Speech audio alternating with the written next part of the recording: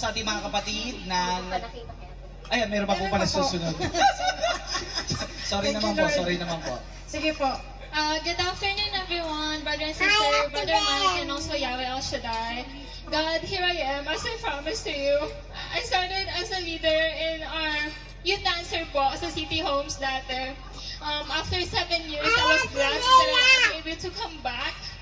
Wala ipapatawa, I was given the opportunity to go to Canada, and now as a Canadian citizen, so thank you God for that. Pangalawa ko po ipapatotoo ay I thank you Lord for giving us an opportunity to be almost complete as a family. Alam kong kasama mo na si Brother Archie dyan, at miss na miss ko na po siya. Pero alam kong masaya siya na nakita niya po kaming magkakasama. Pangatlo po, I was blessed to graduate in high school and get my diploma. And also I was an honor student throughout the whole year. So I was being grateful for that.